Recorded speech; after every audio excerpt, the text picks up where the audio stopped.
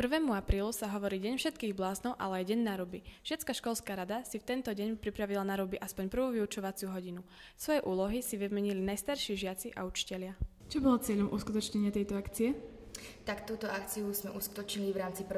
apríla, čo znamená vlastne Deň bláznov, takže sme vymysleli takúto akciu, že vlastne namiesto učiteľov učili vlastne žiaci, a to konkrétne štvrtáci.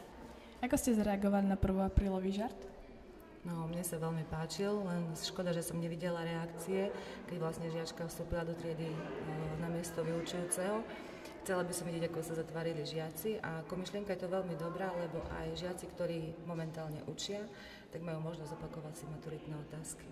A ako ste sa cítili v roli študenta? Veľmi dobre, mne sa to páči a myslím si, že je to jednoduchšie ako vyučujúci. Ako ste zareagovali na 1. aprílový žart? Mne sa to celkom páčilo, aj keď musím povedať, že som mierne sklamaný, pretože sa to takto nebude konať celý deň, ale iba túto prvú hodinu.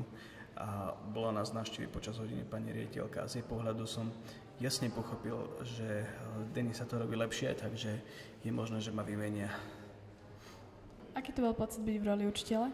Si myslím, že to bolo veľmi poučné a aspoň som sa vžila do roli nášho učiteľa a viem, ako sa asi cíti na našich hodinách a veľmi sa mi páčilo, že som mohla dať 2 jednotky 2 žiakom. Pre Sosta TV Barbora Kačmáriková.